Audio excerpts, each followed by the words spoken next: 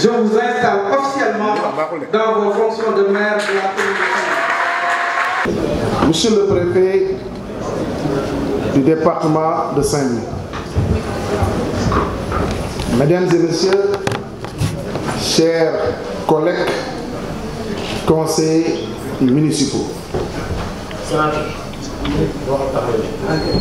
honorables invités, à mon rang, titre et grade, tout protocole observé. Il y a un peu plus de 7 ans, le 14 juillet 2014, le conseil municipal de Saint-Louis me faisait l'honneur de m'élire en tant que premier magistrat de la commune. Évidemment, ce fut une cérémonie empreinte d'émotion, car je considère qu'il n'y a pas plus grande considération ou consécration que celle accordée par ses concitoyens et ses concitoyennes. Je dois avouer avec humilité que cette même émotion, encore plus intense d'ailleurs, m'habite présentement. Je voudrais dès lors rendre grâce à Dieu, lui qui nous a permis d'assister encore à cette cérémonie solennelle d'installation. Je souhaite à cet effet remercier vivement et chaleureusement la population de notre chère commune qui, par son vote du dimanche 23 janvier 2022, m'a accordé à nouveau sa confiance ainsi qu'à l'ensemble du conseil municipal. Ces remerciements s'adressent également à l'ensemble des partis et mouvements qui composent la coalition Benno Bokk Yakaar pour leur engagement dans notre désir ardent de poursuivre le travail déjà entamé. Honorables invités, Mesdames et Messieurs, je voudrais saisir l'occasion que m'offre ce moment solennel pour rendre un vibrant hommage au conseil municipal sortant et particulièrement au bureau municipal sortant pour le travail acharné, accompli et sans répit,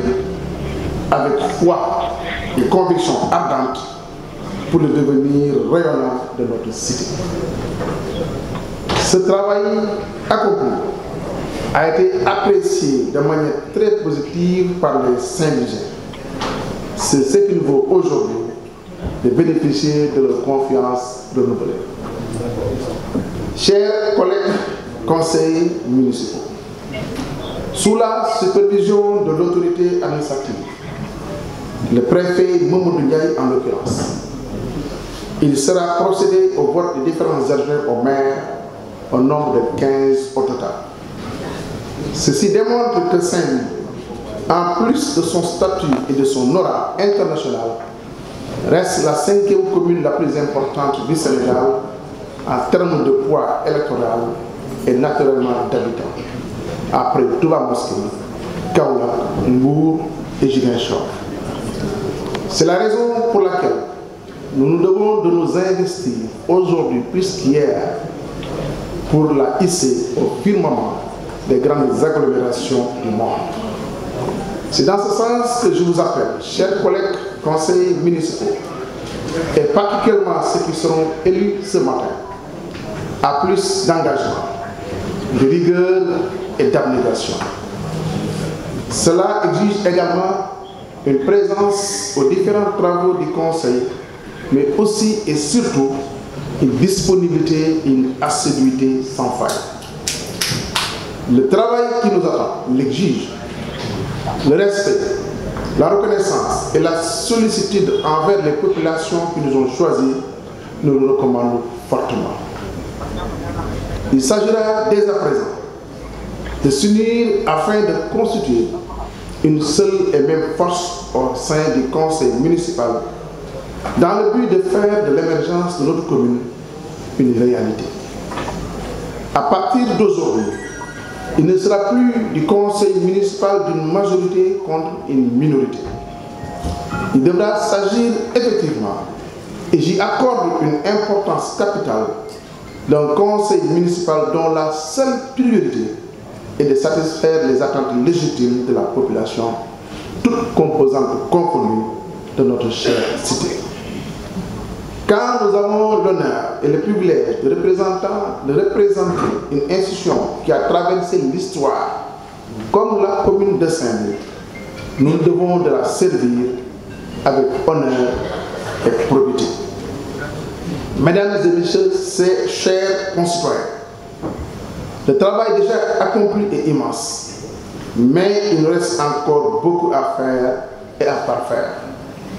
Bien que notre contrat de mandature ait été publicité par les Saint-Louisiens, il nous appartient de travailler collectivement à une meilleure planification de nos interventions pour la satisfaction de nos administrés. C'est pourquoi je compte recourir à toutes les compétences disponibles ainsi qu'à toutes les ressources disponibles dans notre ville, à l'intérieur du pays comme au sein de la diaspora. Dans cette mythique et historique salle de délibération qui a vu défiler les grandes personnalités, nous nous devons de faire de Saint-Louis notre unique parti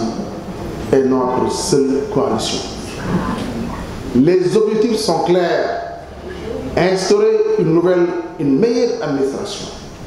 renforcer la protection côtière de notre ville, améliorer le cadre et la qualité de vie des populations, construire des infrastructures, réhabiliter notre patrimoine administratif, scolaire, sportif, culturel et commercial, inscrire une dynamique de solidarité avec nos concitoyens vulnérables. Nous devons aussi assurer aux jeunes de l'emploi par l'insertion et par l'entrepreneuriat. Nous devrons également assurer aux femmes leur autonomisation financière. Nous devons accompagner la petite enfance et soutenir les personnes âgées. Notre cité est à la croisée des chemins et les enjeux sont nombreux pour son rayonnement. Évidemment, ce mandat devra profiter des ressources issues de l'exploitation du gaz au large de nos côtes. Le défi est énorme, mais ensemble, le relever sera aisé. Je ne saurais clore mon propos sans remercier et féliciter vivement l'autorité administrative et particulièrement M. le Préfet ici présent pour la bonne organisation des élections locales et pour leur accompagnement dans notre sacerdoce de tous les jours à travers le contrôle de l'égalité de nos actes. Je réitère ici et maintenant mon appel au travail, à la cohésion, à l'unité pour le service exclusif de notre cité. À ce titre, j'invite le Conseil à être au service exclusif de nos concitoyens et à servir les intérêts de Saint-Louis. En ce qui me concerne, soyez assurés de ma conviction ferme et mon engagement sans faillite à œuvrer pour l'émergence de notre chère commune. Tout ci wolof ginnaaw bu ñu santé suñu borom julli ci Rasulullah suñu borom def ni boobu léegi am na à peu près juróom-ñaari at suñu borom jaarale ko ci loxo doomu Ndar yi ñi fal ma maire commune Saint-Louis bés boobu léegi lu ma yëgoon ak tey lu may yëg lu rëy la parce que du lu ndaw donc encore di ngi santat suñu borom julliwaat ci Rasulillah moom mi nga xam ne tey ci tax na ñu toogat fii ci salle bi pour defaat beneen cérémonie d'installation et damay sant aussi population bu Ndar yëpp doomu Ndar yëpp tous les Saint-Louisiens ñoo xam ne ñu ngi fii ci Ndar wala ñi nga xam ne ñu ngi feneen waaye surtout ñii fi nekk keroog joojule ñu jël seen ay kaddu fal la coalition Benno Bokk Yaakaar ñooñu maa ngi sant bu baax di gërëm aussi la coalition Benno Bokk Yaakaar ci parti yu ko composé yëpp ak tous les mouvements ñi nga xam ne ñoo ànd liggéey ba suñu borom may ñu ndam lii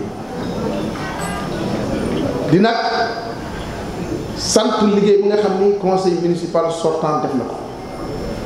parce que suñu borom daf def ñu bokk fi nekk pendant juróom-ñaari at 2014 ba 2021 fin 2021 ñu liggéey bu am solo te noppalu amul résultat yi feeñ na fii ci Ndar ñooñu nag fi nekkoon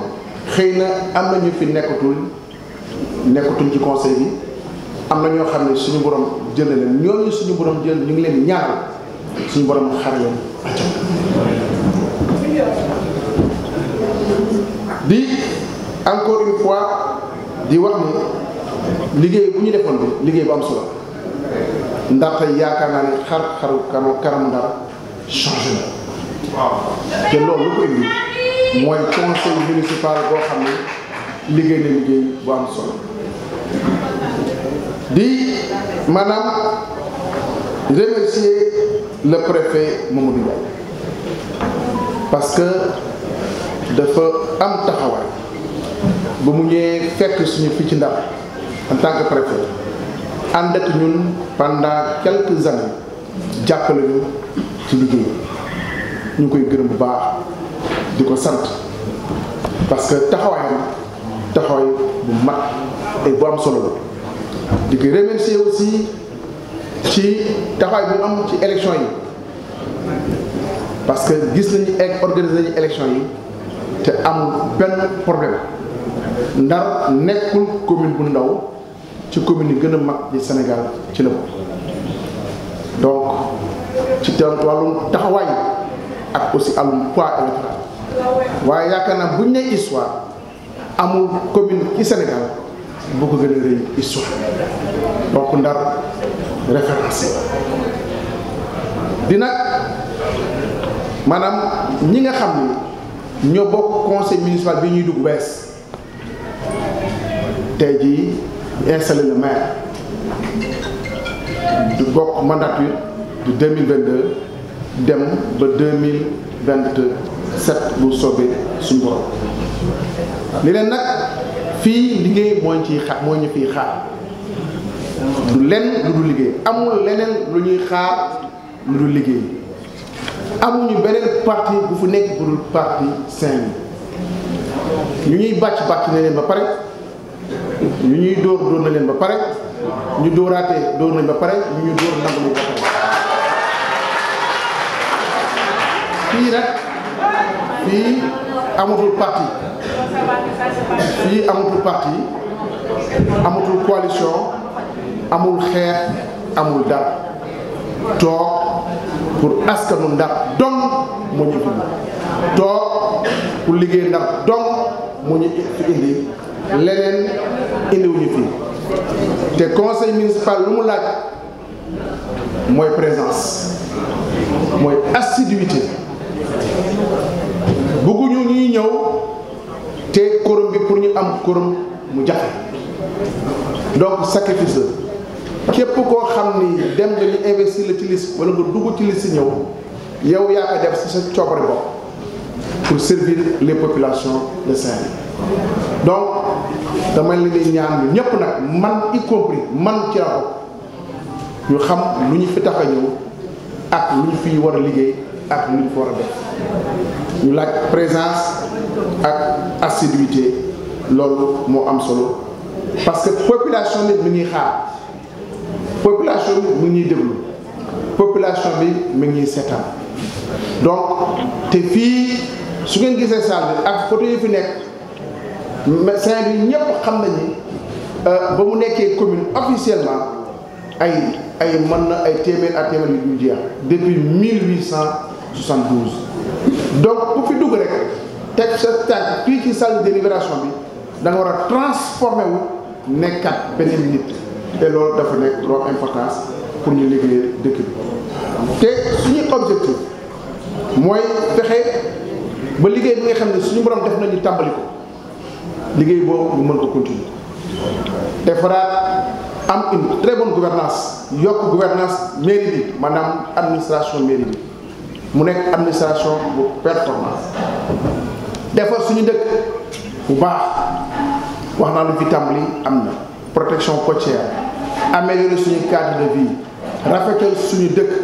def suñu dëkk bi mu nekk gën dëkk bu gën ci dëkk yi te loolu mën naa nekk fexe ba nga xam ne képp ku nekk Ndar da ngay am fierté ni Ndar nga nekk et képp koo xam ne da ngay dugg ci Ndar nga xam ne dëkk bii may dugg dëkk la boo xam ne moo gën ci dëkk yi te loolu ñun dañ ci am responsabilité war ko liggéey nag pàcc yëpp moo xam ni ci wàllum sport la moo xam ne ci wàllum njàng bi la moo xam ne ci wàllum culture la wala ci wàllum commercial waaye fexe ba nga xam ne ñu ànd ñu nekk benn nekk ay tomb ndey donc loolu dafa nekk suñu objectif ñu war ci liggéey aussi pour fexe ba ndaw yi am ay xëy renforcer leen ñi bëgg xëy am xëy ñi nga xam ne bëgg nañu am maanaam ay projet ñu war leen mën a accompagner ci ay projet ñi nga xam ne war nañu def ay insertion professionnelle ñu war ko mën a def donc loolu yëpp war nañu mën a taxaw ànd ci liggéey ko Ndar gi comme ni ma ko waxee maanaam dëkk la foo taxaw ci àdduna bi Ndar laa dëkk da ngay am fierté parce que nekk dëkk boo xam ne ko donc lu ñuy xaar dafa bari te taxawaay boobu ñu war a am dama leen di ñaan ñun ñëpp ñu am ko te vraiment di terminer encore une fois dellu si di remercier monsieur le préfet su ma waxee dañ koy remercier xam naa lu tax moo ko parce que taxawaayu administration territoriale mu ànd ak adjoint am dafa nekk lu am solo di remercier aussi le gouverneur de la région de Saint-Louis parce que am na taxawaay Ndar dëkk administration la Ndar kenn du ko jàngal administration parce que fii mooy doon première administration du Sénégal c'est la ville des premières comme nu ma ko donc suñu amee administrateur maanaam de l'administration vraiment un fonctionnaire de l'administration territoriale ñëw toog di liggéey bu rafet liggéey boo xam liggéey bu am solo du ñu mën def lu dul sant ko gën ko mais ñaanal ko aussi pour que lii nga xam ne suñu morom teg na ko ci ay màggam mu gën ko mën a yem gën ko mën a continuer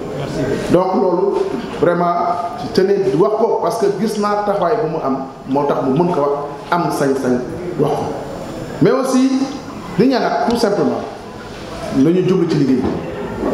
liggéey mu nekk suñu xarit na liggéey nekk suñu xarit na liggéey nekk suñu xarit parce que défi bu ñu am comme nu ma ko waxee di ko répété mooy dañu war a fexe ba Ndar jiitu ci dëkk yi